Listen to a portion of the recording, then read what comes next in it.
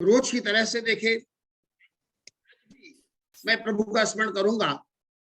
ओम श्री राम शरणम समस्त जगदाम, रामं विना का गति, रामेण प्रतिहन्यते कलिमलं, रामाय कार्यं नमः। रामात् त्रस्यति काल भीम भुजगो, रामस्य सर्वं दशे, रामे भक्तिरखण्डिता भवतु मे, राम त्वमेवाश्रयः। ओम श्री रामाय नमः। बच्चों, आज भी आपको संस्कृत विद्या के मनीषी मूर्धन्य विद्वान प्रोफेसर पांडे जी का व्याख्यान का श्रवण करना है और उसका लाभ उठाना है। सर, आपसे विनम्र निवेदन है कि कक्षा का शुभारंभ करें सर।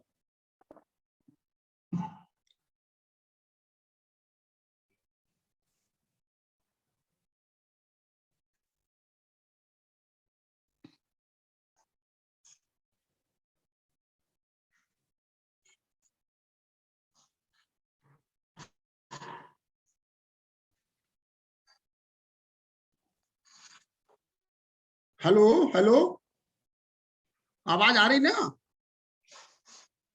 हेलो। जी सर, आवाज आ रही है। ठीक है सर, कहाँ चले गए? सर डिस्कनेक्ट हो गए हैं सर फिर से। हाँ, डिस्कनेक्ट हो गए हैं। तो कोहरे की वजह से नेटवर्क में बहुत इशू है इस समय। हाँ हाँ, चलो तो क्या करोगे? जी सर। सिन्हा जी नमस्कार। नमस्ते नमस्ते। हम कह रहे हैं मंगलाचरण में अब सब भगवानों का स्मरण करने के बाद आंतरजालिक देवता का भी स्मरण करना शुरू किया जाए। हाँ हाँ हाँ, ताकि वो भी हम लोग की व्यवस्था को सही रखें। नहीं, ठीक है।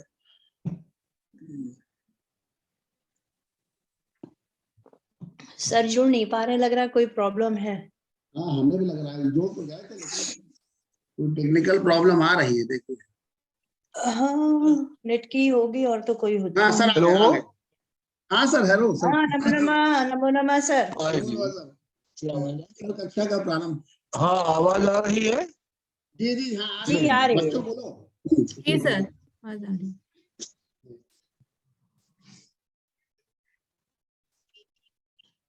हाँ सिन्हा साहब, जी जी, हाँ सर, शुरू करिए सर। शुरू करें? ठीक है। जी जी, हाँ, हमने सब मंगलाचरण कर दिया सर। हाँ, हो गया। ठीक ठीक ठीक। हरि ओम। वंदे यास्कं मुनिश्रेष्ठं, दुर्गाचार्यं तदुत्तरम्, अन्याश्च बहुधा विदुषः, परब्रह्म समारब्धाम् सायणाचार्य मध्यमाम् अस्मताचार्य पर्यन्ताम् वंदे गुरु परंपराम्। प्रिय वेद मनीषियों और अंत्यवासियों, कल निपातों की चर्चा हो रही थी, उसमें चित्त की बात चल रही थी। चित्त से हम सुपरिचित हैं, कश्चित केनचित, इस संदर्भ में तो चित्त का प्रयोग होता है, लेकिन चित्त का प्रयोग आदरार्थक भी होता है। किसी को आदर देने के संदर्भ में भी चित्त का प्रयोग होता है। जैसे आचार्य चिदिदम ब्रूयात, आचार्य चित्त इदम ब्रूयात, या आचार्य चिदिदम चित्त इदम ब्रूयात। अब पूज्य आचार्य जी बोले, सब लोग बोल चुके हैं, अब आचार्य जी बोले, तो यहाँ आचार्य को सम्मान देने के लिए चित्त निपात का प्रयोग हुआ है। आचार्य शब्द से हम सुपरिचित हैं, लेकिन यास्क भी उसकी एक परिभाषा बता रहे हैं, व्युत्पत्ति बता रहे हैं, और वो बड़ी उपादेय है। आचार्य कह देना किसी को बड़ा सरल है, लेकिन आचार्य की एक कसौटी है, और वो कसौटी यास्क के शब्दों में है कि आचार्य आचारम ग्राह्य। आचार्य वही है जो सदाचार को ग्रहण कराए, जो हमको सदाचार से संपन्न करे, जिसमें अब वो संपन्न तो वही कर सकता है जो स्वयं सदाचारी व्यक्ति हो, आचारवान व्यक्ति हो। तो आचार्य का काम है सदाचार का किसका संक्रमण कराना, दूसरे में सदाचार की संक्रांति कराना। दूसरा एक उसका कार्य बतलाया है आचिनोति अर्थान। अर्थान माने जो काम की बातें हैं, अगर वो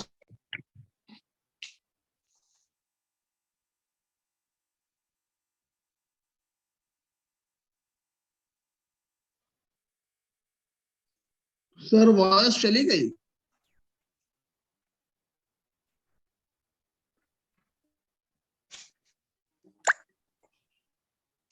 हाँ सर वॉइस चली गई।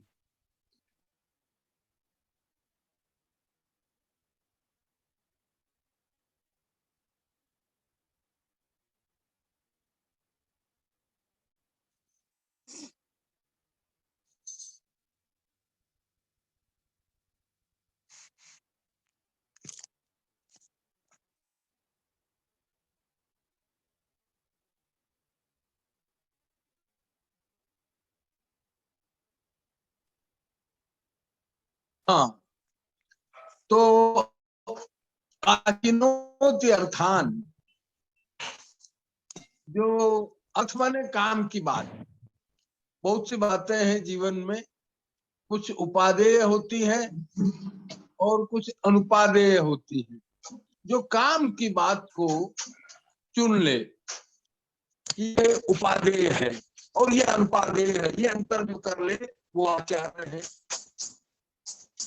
एक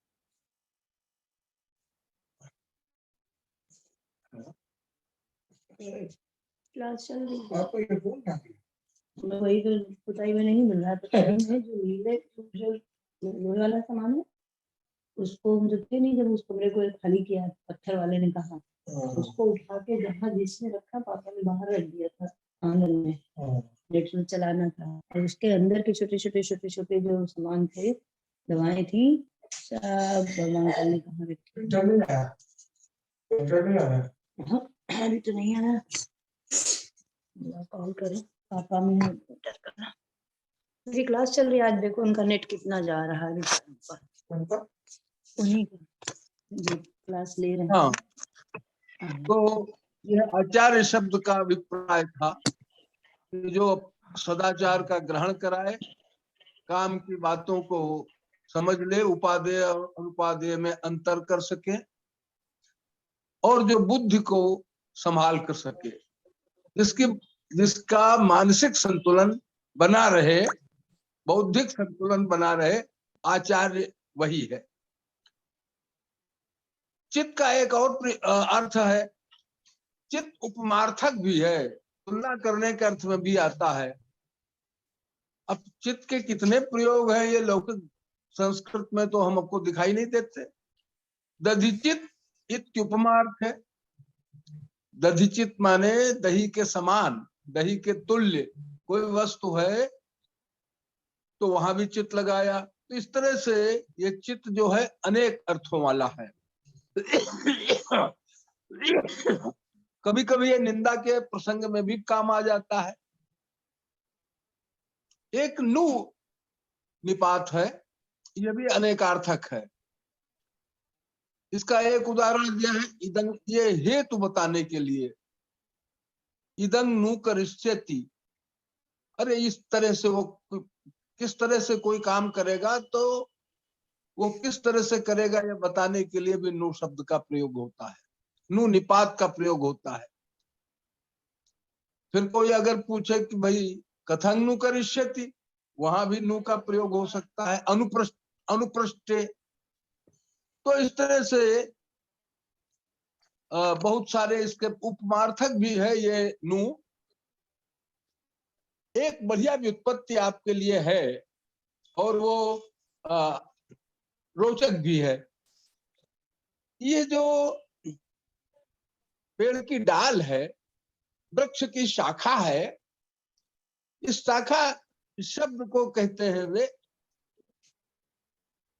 वयाह। इसका एक पर्याय वयाह भी है।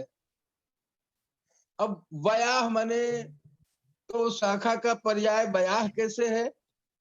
कहते भाई ये शाखा डाल जो होती है ना, जैसे घर में खिड़कियां होती हैं, ठीक उसी प्रकार से वृक्ष को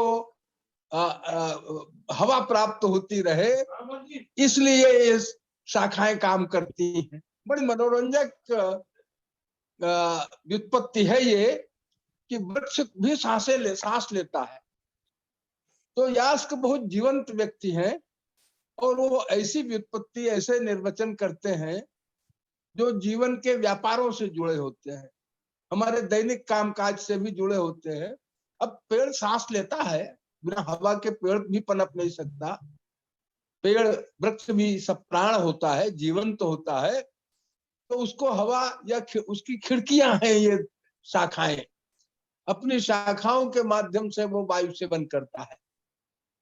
तो वेते वातायना भवन्ति, ये जो वय शब्द का प्रयोग किया है, इसका अर्थ है कि शाखाएं वृक्ष की वातायन है।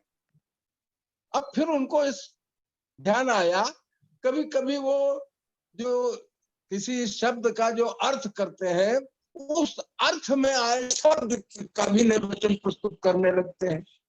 एक जैसे यास्क को निर्वचन करने की धुन है, जैसी भी संभावना होती है, जहां भी कोई जरा सा अवसर मिलता है।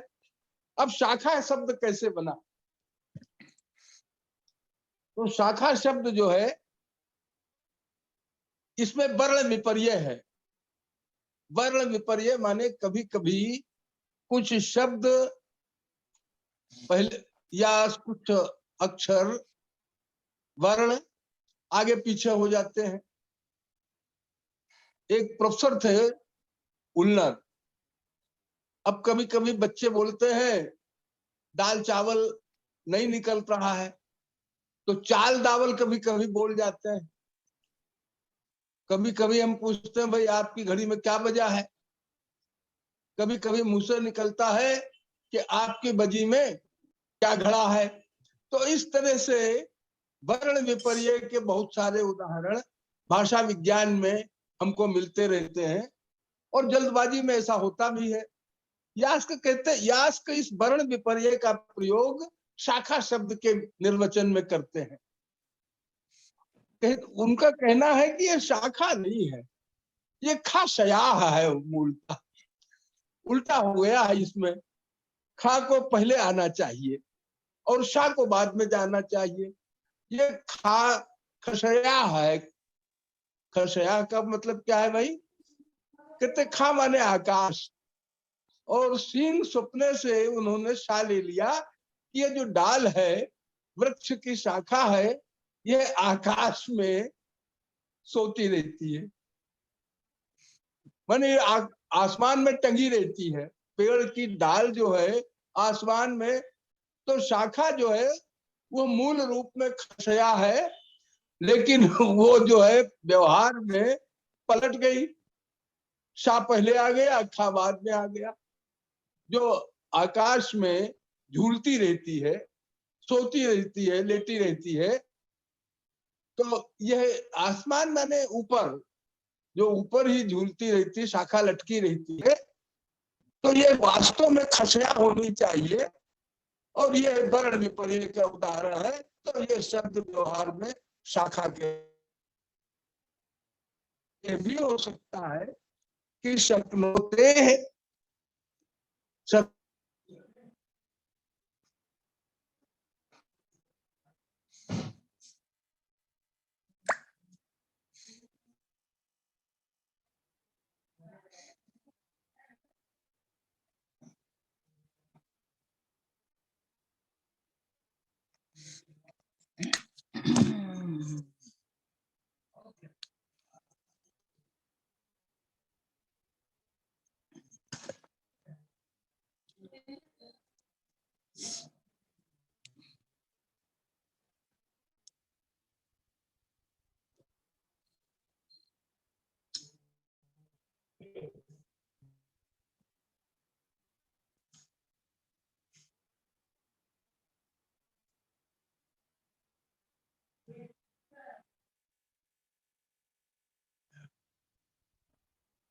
हम्म, क्या ये क्या लोगों को एक स्कीम है दिमाग में। होता है कि 3 रखा है ना अंदर का।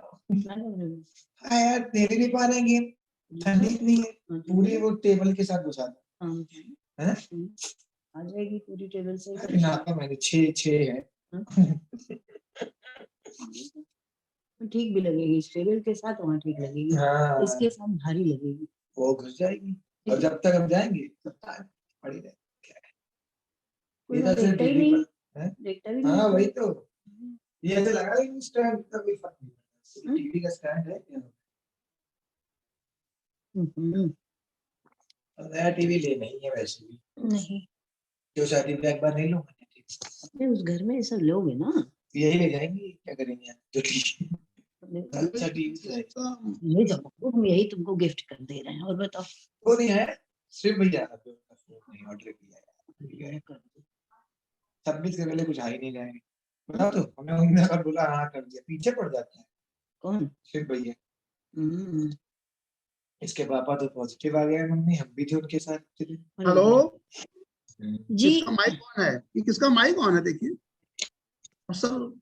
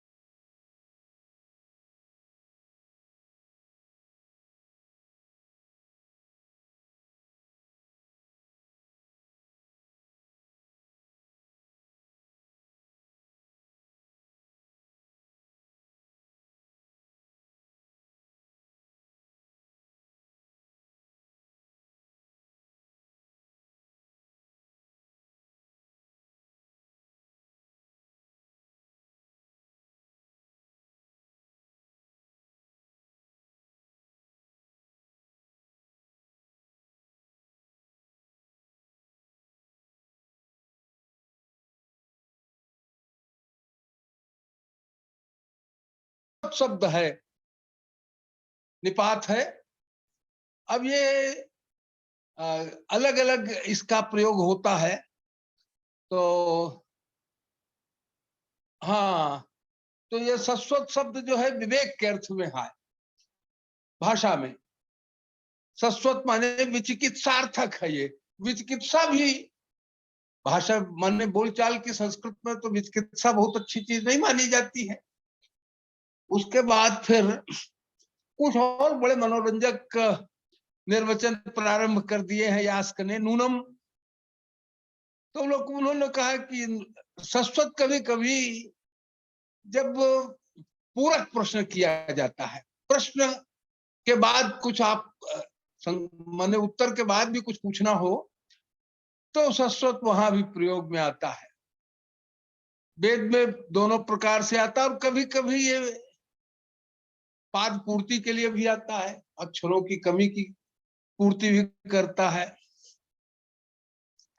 ये दो शब्द हमारे दैनंदिन व्यवहार में आते हैं। ये मंत्र एक इन्होंने दिया है, न नूनमस्ति नो स्वः कस्तद् वेद यदद्भुतम अन्यस्य चित्तम अभिसंचरणीयम उताधीतम विनश्यति। कहते हैं कि जो आज है वो कल होगा कि नहीं होगा पता नहीं। दूसरे का मन जो है बड़ा चंचल होता है।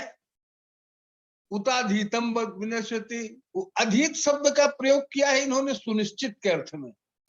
कहते सुनिश्चित चीज भी कभी कभी गड़बड़ हो जाती है। अब इसमें दो शब्द आए और आज और कल के संदर्भ में एक स्व शब्द आया। तो स्व का आपकी व्याख्या करते समय कल के अर्थ में हम स्व का प्रयोग करते हैं। आने वाला कल जो है उसको कहते हैं उपासंसनीय काला। ये संस धातु से उसको जोड़ते हैं। कहते भाई ये आशंसा करने योग्य है, इसीलिए स्व कहते हैं हम। भविष्य में भविष्य की के प्रति सभी आशान्वित होते हैं। हम सभी सोचते हैं कि आज की अपेक्षा कल बहुत अच्छा होगा, इसलिए ये आशंसनीय माने संभावनाओं के द्वार खोलता है ये स्व शब्द। कल के लिए जो व्यवहृत होने वाला है तो ये। और फिर अब उनको याद आया यास्क को कि अगर स्व की व्याख्या की है आने वाले कल की, तो बीते हुए कल की बात भी करनी चाहिए। तो बीते हुए कल के लिए हम लोग यह माने बीता हुआ कल, पास्ट टेंस वाला। तो अब बीते हुए कल को कहते मैं ये हीना काला। यद्यपि हमारे पाणिनि व्याकरण में स्व और या जैसे शब्दों को अव्यय ही माना गया है, लेकिन ये उसकी भी व्याख्या कर देते हैं। स्व माने जिसमें संभावनाएं छिपी हो, आशंसा छिपी हो, और व्यक्ति की मनोवृत्ति भी होती है कि तो ह्यूमन साइकोलॉजी का भी कहीं कहीं आस्क प्रयोग करते हैं अपने निर्वचनों में, व्युत्पत्तियों में। तो स्व को तो अच्छा कहते हैं कि कल जो आएगा वो अच्छा होगा, आज से अच्छा होगा। कल हो सकता है हमारा कोई काम बन जाए, लेकिन कल जो बीत गया है, बीता हुआ समय किसी को अच्छा नहीं लगता है। हीना काला, क्या हमें जो हा है वो हीनता का बोधक है। अरे वो अच्छा नहीं था, जो गया सो गया। और कस्तद वेद यदद्भुतम, तो इस तरह से चित्तम, चित्त शब्द की भी व्याख्या फिर करने लगते हैं। तो व्याख्या के लिए भी जो शब्द व्यवहृत होते हैं, पद आते हैं, यास्क को जैसे निर्वचनों के धुन जैसी है। कुछ और शब्द बहुत मनोरंजक आए हैं। वराह, विवाह होता है तो वर और कन्या होते हैं। तो वर तो बोलचाल में भी हम समझते हैं कि वर वही है जिसका वरण किया जाता है। तो उसको छोटे से एक शब्द में निपटा देते हैं, वरव्यः भवति।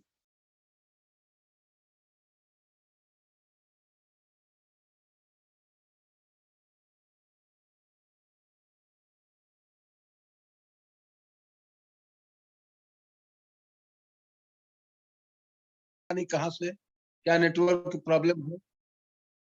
ठीक है। तो ये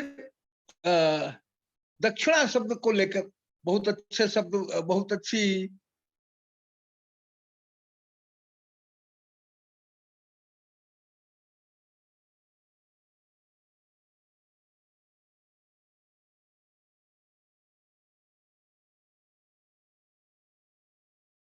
कहते दक्षते समर्धयति कर्मणा वृद्धम समर्धयति।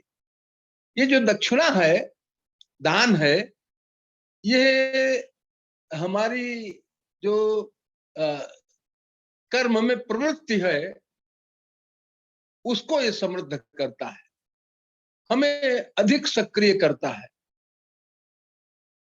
दक्षिणा से हमारी कार्य निष्ठा, कार्य क्षमता, कार्य कुशलता बढ़ती है। दक्षता से इसको संबंधित कर दिया दक्षिणा को उन्होंने, कि व्यक्ति की दक्षता से दक्षिणा का संबंध है। वृद्धम समर्धयति, जो अभावग्रस्त व्यक्ति है उसको दक्षिणा संपन्न करती है। लेकिन अब दक्षिणा पर विचार करते करते यास्क को लगा कि प्रदक्षिणा की बात भी करनी चाहिए। क्या भाई, फिर ये प्रदक्षिणा का मतलब है, प्रदक्षिणा में हमारी पद्धति रहती है कि किसी मंदिर की हम या देवी देवता की प्रदक्षिणा करते हैं तो अपने से दाहिने करके चलते हैं। तो वहां भी कहीं न कहीं दक्षिण शब्द सार्थक प्रतीत हुआ उन्हें।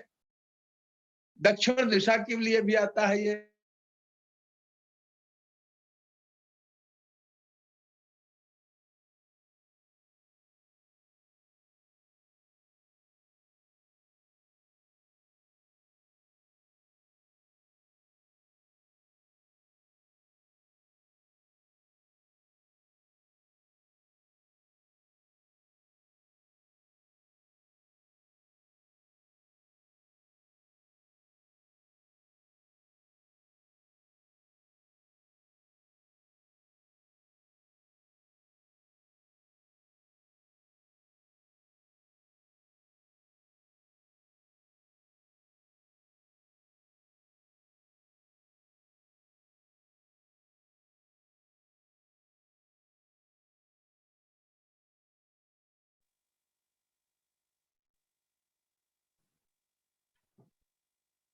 सर हाँ, बस आवाज सुनाई दे रही है? जी सर, जी सर। सर आप अपना वीडियो ऑफ कर लीजिए ताकि हम लोग को ऑडियो सुनाई दे। वीडियो की वजह से शायद वो नेटवर्क जा रहा है आपका। अच्छा, हाँ सर। सर आप दिखाई देखते नहीं हैं, देंगे हम बस। देखते हैं। इसी वजह से सर हम लोगों ने अपना वीडियो अच्छा, ऑफ रखा है केवल। हम्म, ठीक है, हम देखते हैं। जी जी जी सर। हाँ, ये कह तो रहा है तो कुछ अब सुनाई दे रहा है। हाँ हाँ सर, बिल्कुल आपकी आवाज बिल्कुल साफ आ रही है सर।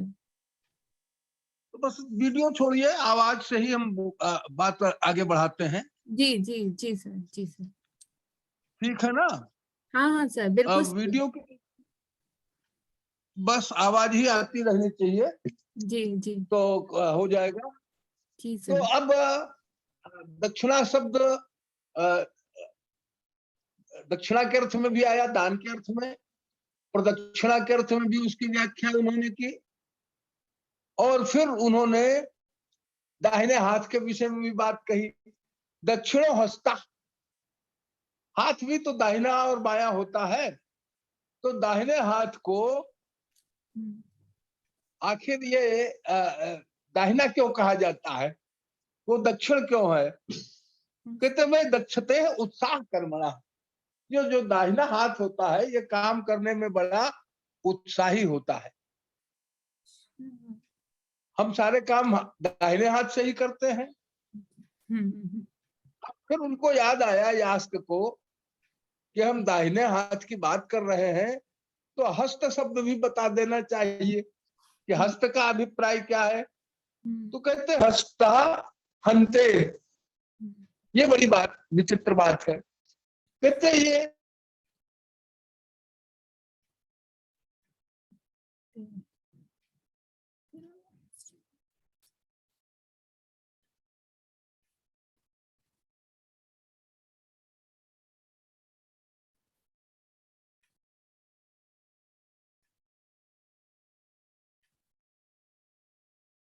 सर आप म्यूट हो गए हैं।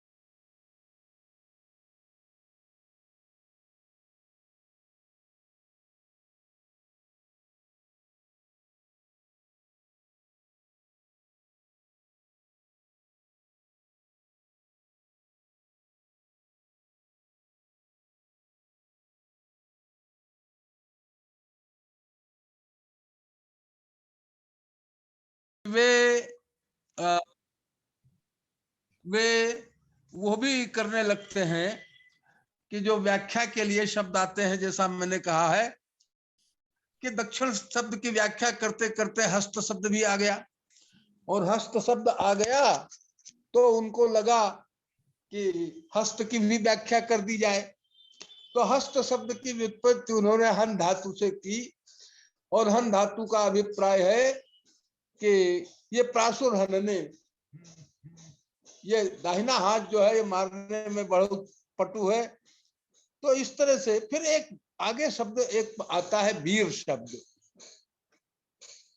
वीर शब्द की भी, वीर शब्द हम लोग तो व्युत्पत्ति करते नहीं है कि वीर शब्द कैसे बना, क्या हुआ, लेकिन उन्होंने वी उपसर्ग पूर्वक ईर धातु से इसको निष्पन्न किया है। ईर माने फेंकना, हटाना किसी चीज को।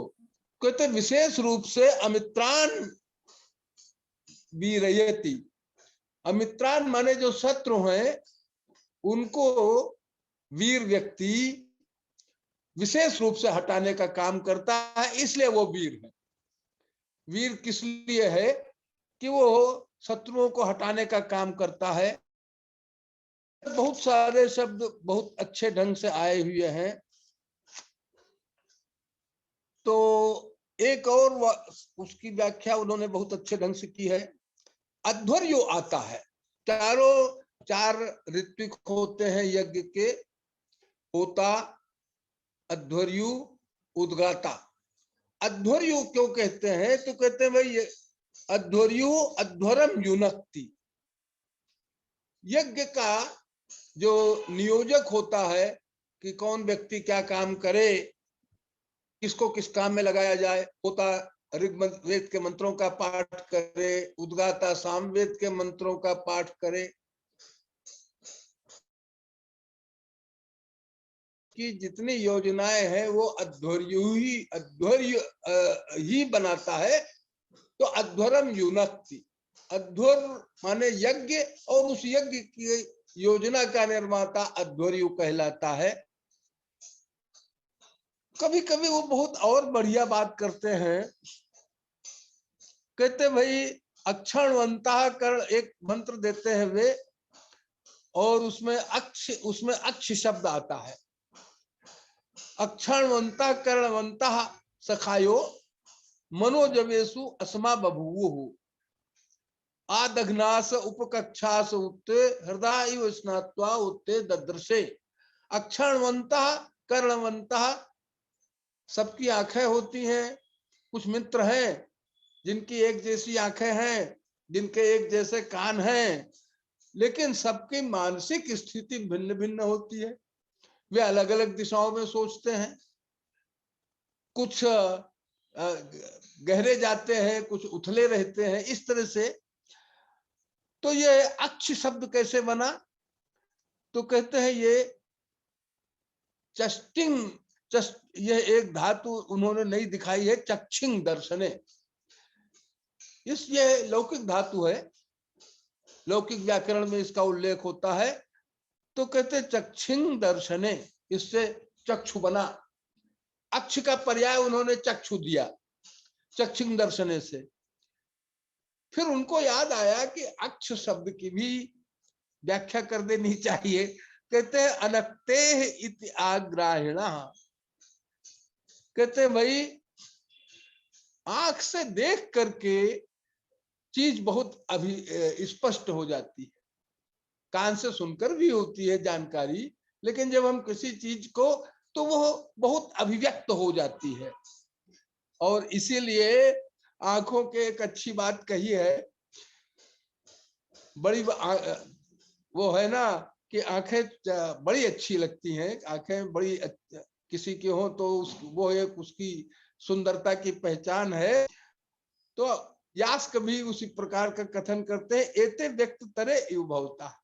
आंखें कुछ बड़ी फैली फैली होती है। तो कर्ण, अब आंखों की बात करते करते यास्क को सूझा कि कान की बात भी की जाए। तो कर्ण क्यों कान क्यों कहलाते हैं?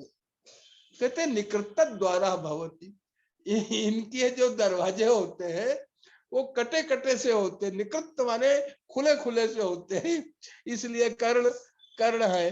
तो ये बहुत सारे शब्दों की बड़ी रोचक व्युत्पत्तियां यास्क ने की हैं। और ये शिशिर ऋतु से संबद्ध उनका एक बहुत अच्छा मंत्र आया है। इस समय हम लोग शिशिर को ही झेल रहे हैं।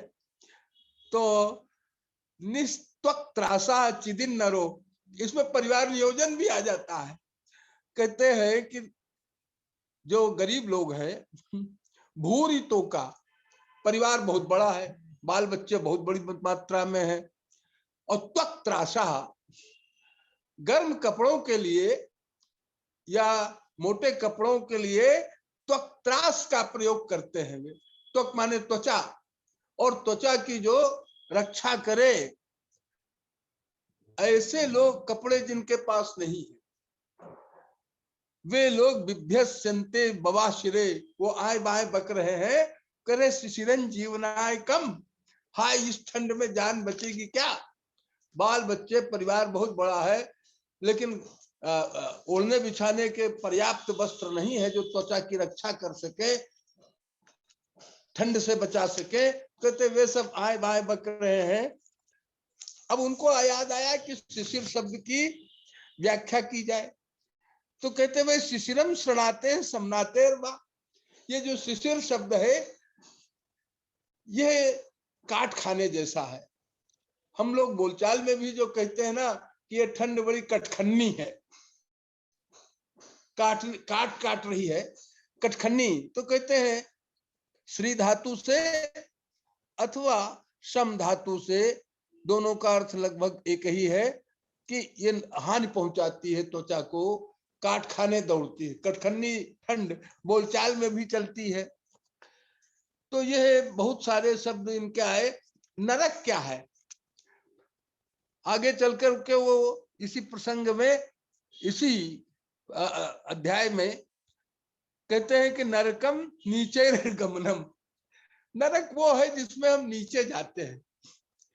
आखिर फिर उनको याद आया कि खाली नीचे जाना, नी अर्कम, अर्कम माने जाना और नी माने नीचे जाना, नितराम अर्कम, बहुत नीचे जाना।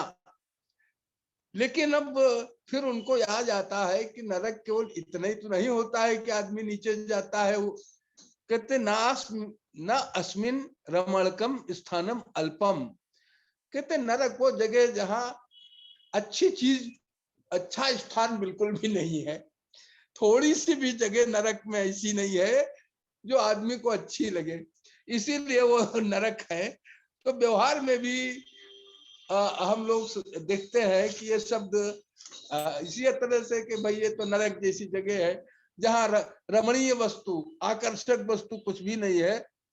सूरा शब्द आया अचानक उनको याद आया, कहते सूरा सुनोते, सूरा माने शराब, शराब चुआई जाती है। तो सु धातु से उन्होंने कहा कि विभिन्न द्रव्यों को मिला करके उसको चुआया जाता है।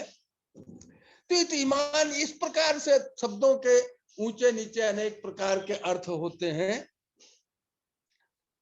अब एक बड़ा शास्त्रार्थ उठाया है इन्होंने। शास्त्रार्थ ये है कि ये चार चीजें तो उन्होंने बता दी, नाम, आख्यात, उपसर्ग और निपात। नाम हो गए संज्ञा शब्द, क्रियापद आ गए, उपसर्ग आ गए, निपात आ गए। अब ये कह रहे हैं कि ये नाम शब्द संज्ञा शब्द बने कैसे।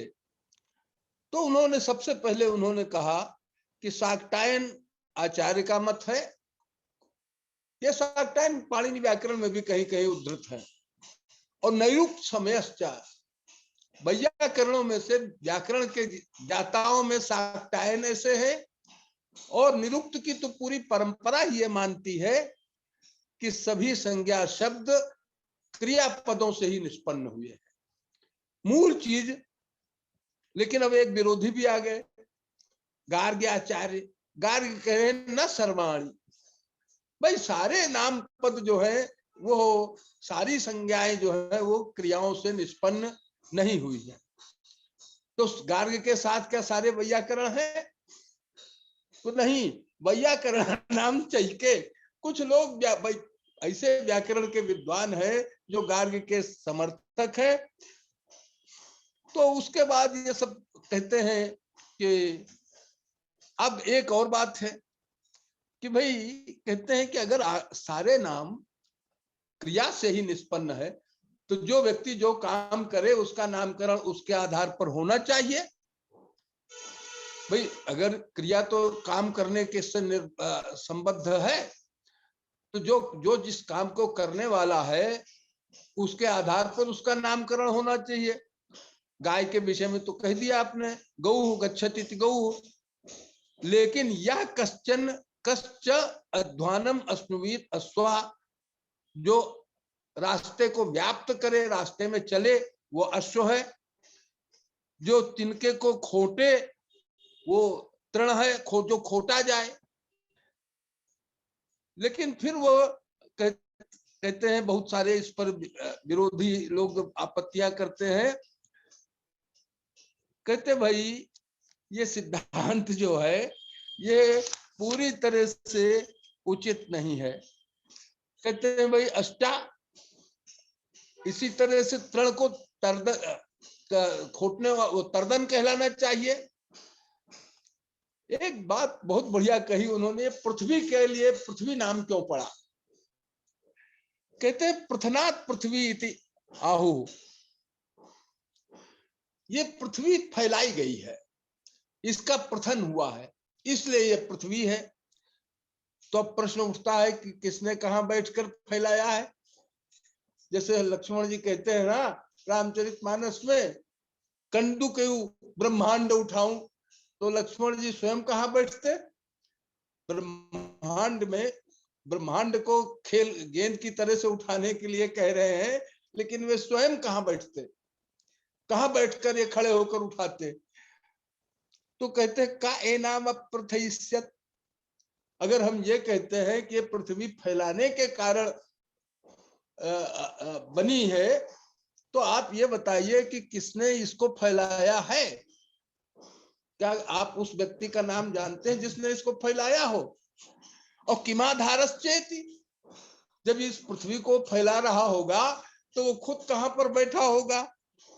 तो इस तरह का वो प्रश्न उठाते हैं कि ऐसी जगह।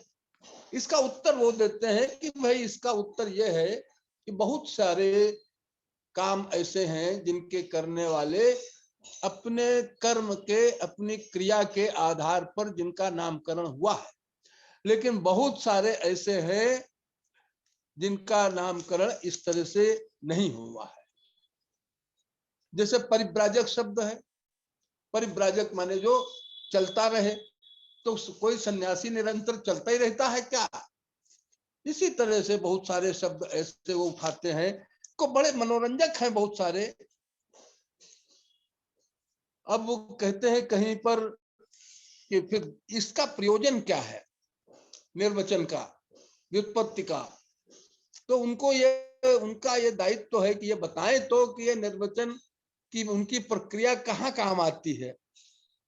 तो कहते मंत्रार्थ प्रत्यय, मंत्रों का अर्थ बताने के लिए ये हमारा जो निर्वचन शास्त्र है, निरुक्त है। बिना निरुक्त के मंत्र का अर्थ नहीं जाना जा सकता है। अथ अपि इदम अंतरेण मंत्रेषु अर्थ प्रत्ययो न भवति न विद्यते। मंत्रों का अर्थ जानना है तो भाई निर्वचन की प्रक्रिया पर ध्यान देना पड़ेगा। और जो व्यक्ति अर्थ नहीं जान सकता है तो मंत्रों में उदात्त अनुदात्त स्वर लगे रहते हैं, कुछ संस्कार होता है, उसका व्याकरण की प्रक्रिया होती है, वो भी नहीं जान सकता है। तो ये निरुक्त जो है व्याकरण का पूरक है। It is complementary to grammar, but it is in itself not grammar. निरुक्त को व्याकरण नहीं समझना चाहिए। यह व्याकरण जहां पर अधूरा दिखता है, व्याकरण की सीमाएं जहां समाप्त हो जाती हैं, वहां निरुक्त की सीमाएं प्रारंभ होती है। तो यह कॉम्प्लीमेंट्री है व्याकरण का। तदिदम विद्या स्थानम व्याकरण से कार्षणम, यह व्याकरण का पूरक है, व्याकरण को संपूर्णता प्रदान करता है। व्याकरण निरुक्त के बिना अधूरा अधूरा सा रह जाता है, व्याकरण से छोड़े गए प्रश्नों को। और अब फिरियास को याद आया कि कुछ लोग ऐसे भी हैं जो कहते हैं मंत्रों का कोई अर्थ ही नहीं होता है, तो अर्थों के ज्ञान की आवश्यकता क्या है जब मंत्र का कोई अर्थ ही नहीं है। अरे मंत्र तो एक पूर्ण प्राप्ति के लिए पाठ किया जाता है, पढ़ा जाता है। बहुत से लोगों से आप पूछिए क्या आप गीता क्या या रामायण क्या समझ कर पढ़ते हैं? तो भाई नियमित पाठ करते हैं। बहुत सारे मंत्र है जिनके अर्थ है ही नहीं, जैसे वो नवारण मंत्र है दुर्गा सप्तशती का, तो कहते हैं भाई अनर्थ का ही मंत्र। अब फिर यहाँ कहते हैं तद देते हैं। देखिए ये जल्दबाजी में ये कह देना कि मंत्रों का कोई अर्थ नहीं होता उचित नहीं है। कहते भाई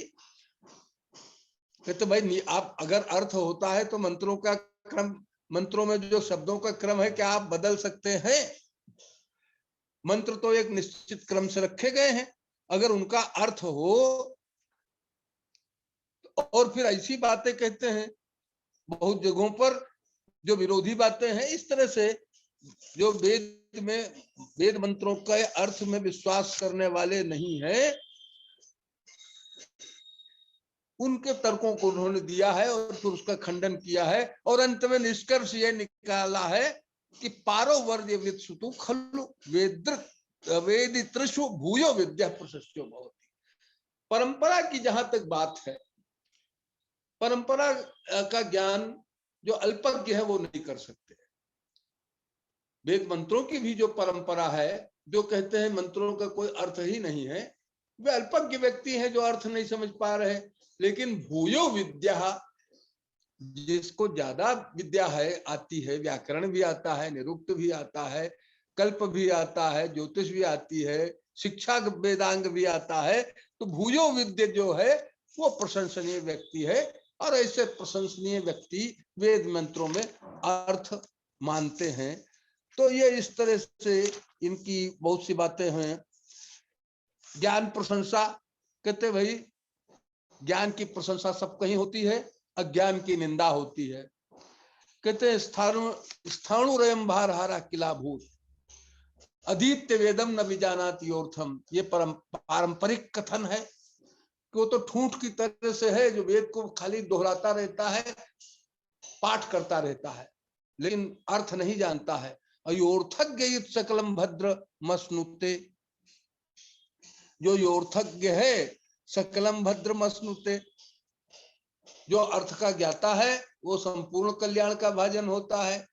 नाकमेति स्वर्ग विधूत पापमा, उसकी पाप राशि दूर हो जाती है और वो स्वर्ग की प्राप्ति करता है। अब स्वर्ग की के लिए वहां नाक शब्द आया। नाक शब्द का अर्थ क्या है? ये भाषा विज्ञान की दृष्टि से एक बड़ा इंटरेस्टिंग शब्द है, नाकम एति।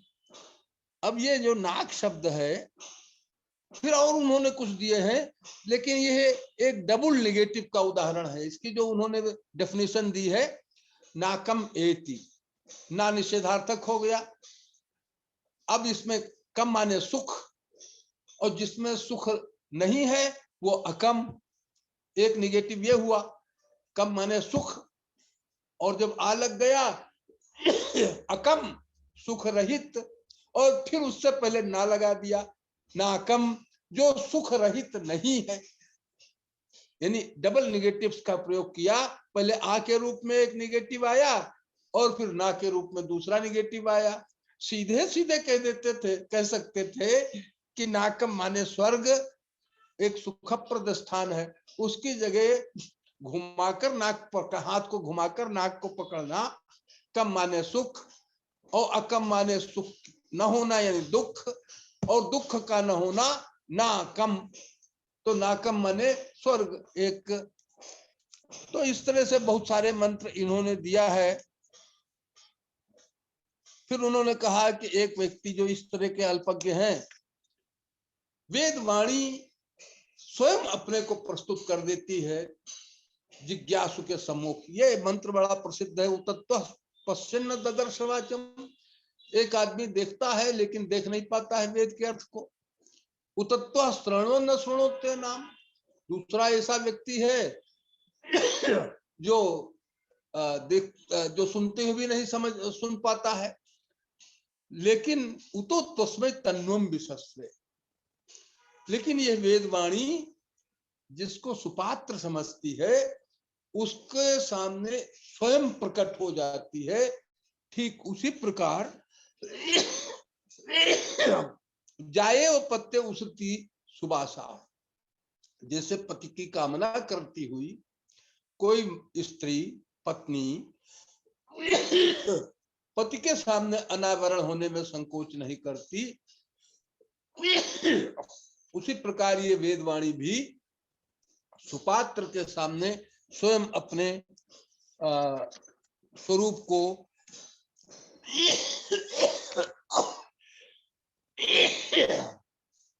स्पष्ट कर देती है। एक शब्द बहुत अच्छा आया है, वो शब्द है मृगो न भीमा कुचरो गिरिष्ठा। ये कुचरा शब्द आपको स्मरण होगा कि हमारे गांवों में, घरों में जो घर की सफाई के लिए व्यवहृत वस्तु होती है, जिसको हम आज झाड़ू कहते हैं, वो झाड़ू कुचरा कहलाती है।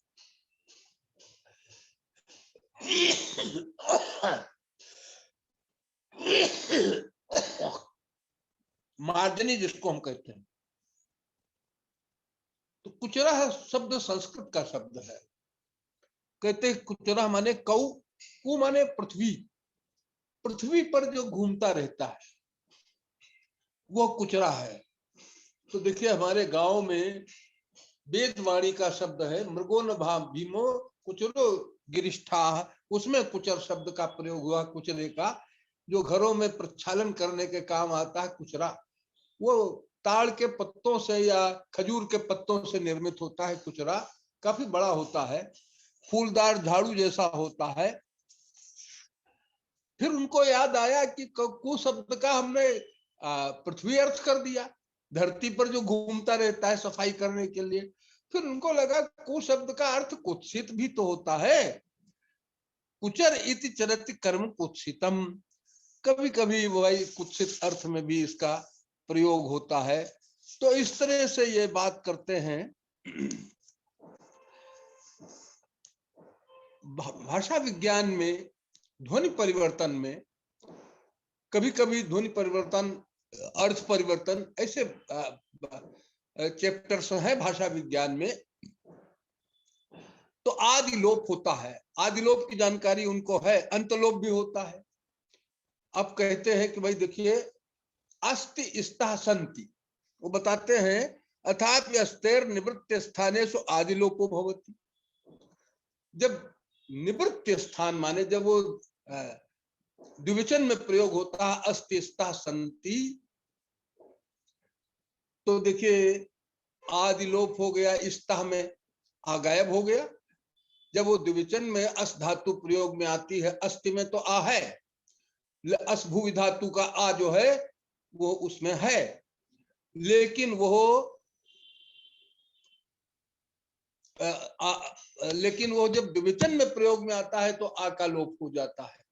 तो शब्दों में आदि लोप की यह प्रवृत्ति भी यास्क को ज्ञात थी और वहीं से आई है। कहते भाई अंत का अंतिम ध्वनि भी कभी कभी लुप्त हो जाती है, जैसे गम धातु हुई। अब गम धातु में का जो अंत है वो मां है, लेकिन जब गत्वा रूप बनाते हैं हम, इक्वा प्रत्यांत करते हैं तो मां गायब हो जाता है। तो ध्वनियों में, शब्दों में, पदों में आदिलोप भी होता है और अंतलोप भी होता है। तो इस प्रकार से भाषा विज्ञान की सारी प्रक्रियाएं, और कंबल शब्द की भी बड़ी अच्छी व्याख्या की उन्होंने। कहा कंबला कमनीयो भवति, कंबल शब्द जो है वो कमनीय होता है। जाड़े में सबसे ज्यादा उपादेय वस्तु कोई है तो कंबल है, अच्छा लगता है, गर्म कपड़ा अच्छा लगता है, शाल अच्छा लगता है, वो भी कंबल का एक रूप है। फिर वो कहते हैं कि ये शब्द ही कंबल से उनको कंबोज की याद आ गई। कंबोजा, कंबल भोजा, कंबोडिया में कंबल का ज्यादा प्रयोग होता है। अब कहते हैं कि भाई फिर उनको याद आया कि भाई ये कमनीय भोजा भा, कंबला कमनीय भवति, कंबल बड़ा कमनीय होता है। पहले कंबल को जोड़ा उन्होंने। तो इस प्रकार से यह यास्क भाषा विज्ञान पुरुष क्यों कहलाता है?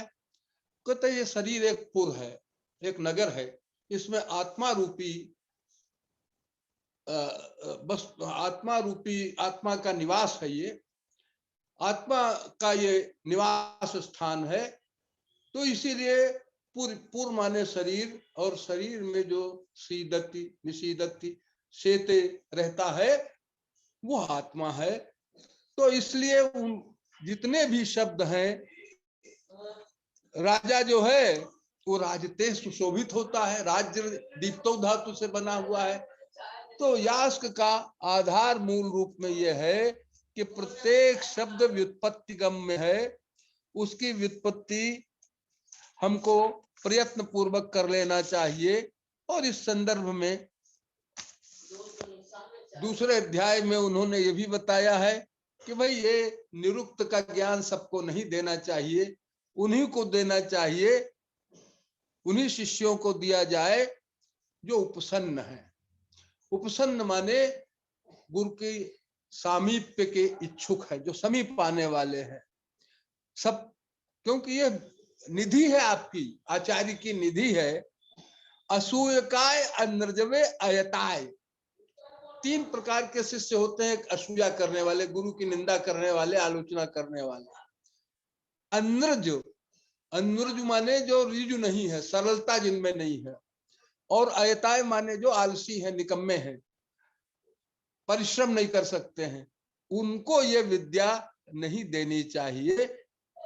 लेकिन यमेव विद्या है, जिसको आप समझते हैं कि पवित्र है, शुचिम, अप्रमत्तम, प्रमाद रहित है, मेधावी है और ब्रह्मचारी वाले गुणों से संपन्न है, और जो आचार्य से कभी द्रोह न करे,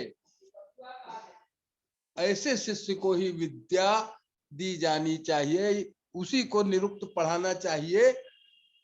तो इस तरह से यह जो प्रसंग है, आगे और भी बहुत सारे उन्होंने निर्वचन दिए हैं।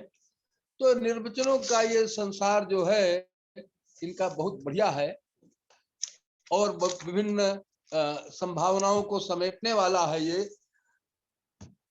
और यह आश्चर्य होता है कि उस युग में इस निरुक्त के पर दुर्गाचार्य, जो जम्बू मार्ग आश्रम निवासी कहलाते हैं। जम्बू मार्ग माने, अब जम्बू मार्ग कहाँ है पता नहीं चलता है, हो सकता है जम्मू के आसपास कहीं हो, तो लेकिन उनका परिचय मिलता है। लेकिन दुर्गाचार्य की इस पर टीका है और बहुत सारे विद्वानों ने इस पर ग्रंथ लिखे हैं, जिनमें एक अंग्रेजी में ग्रंथ है एटिमोलॉजीज ऑफ यास्क, प्रोफेसर सिद्धेश्वर वर्मा का है। बीके राजवाड़े ने बहुत अच्छा काम किया है। डॉक्टर लक्ष्मण स्वरूप ने अच्छा काम किया है। स्कंद स्वामी का भी इस पर एक टीका प्राप्त होती है। तो इस तरह से यह विद्या स्थान है, व्याकरण का पूरक है और इसका अपना प्रयोजन मूलतः ये भाषा विज्ञान है। भाषा विज्ञान पूरी तरह से जैसे व्याकरण नहीं होता, वैसे निरुक्त भी पूरी तरह से व्याकरण नहीं है, लेकिन व्याकरण का संपूरक है, कॉम्प्लीमेंट्री है। आपने सुना, इसके लिए आपको अनंत साधुवाद। बहुत बहुत धन्यवाद सर। Thank you sir. सुनाई पड़ा आपको? सर जी सर। बहुत सुंदर व्याख्यान, बहुत ज्ञानवर्धक, बहुत ही रोचक शैली में रहा। जरा सा मैं इतना कठिन विषय पढ़ते हुए कहीं नहीं लगा कि ये तो नहीं समझ में आ रहा है। और इतना सुंदर आपने शब्दों को आपस में जोड़ करके हम लोगों को बताया कि ये शब्द फिर इसके बाद ये, हम तो लगातार लिख रहे हैं सर। नहीं, हमने द्वितीय अध्याय को भी कवर कर लिया है थोड़ा सा। जी जी, तो लेकिन प्रथम में काफी कुछ आपने बच्चों को बता दिया है। और हम लोग चाहेंगे सर कि कभी आप अपने ज्ञान से हम लोग को दोबारा फिर लाभान्वित करें। कोई भी कक्षा किसी भी समय जब आप कहेंगे, हम लोग तैयार हो जाएंगे सभी लोग, और एक दिन पढ़ा दीजिए। देखो भाई, ये बच्चों का मेरा सभी का अनुरोध है सर। जी सर। जी जब आप कहेंगे, सब बच्चे बोलो तेजी से। जी सर। जी सर। जी सर सर, एक जी सर। व्याख्यान और जी सर। चाहिए सर हम लोग को। जब आपका जिस विषय पर आग्रह होगा, जब आपकी इच्छा होगी, तो हम, हाँ बोलिए।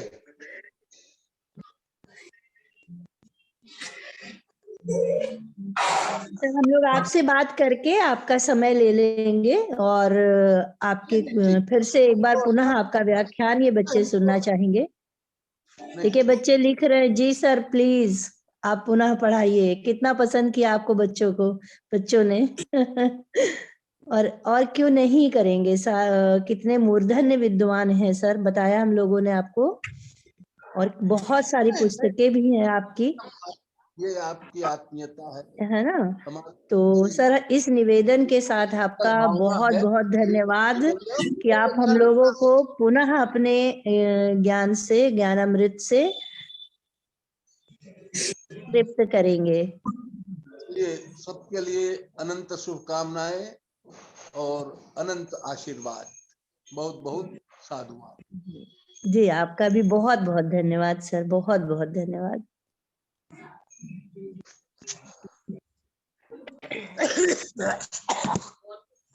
ठीक है बच्चों, फिर आपकी क्लास खत्म। हाँ श्वेता, जी, रिकॉर्डिंग हो गई ना? Yes ma'am. ठीक है बेटा, ठीक है, चलो नमो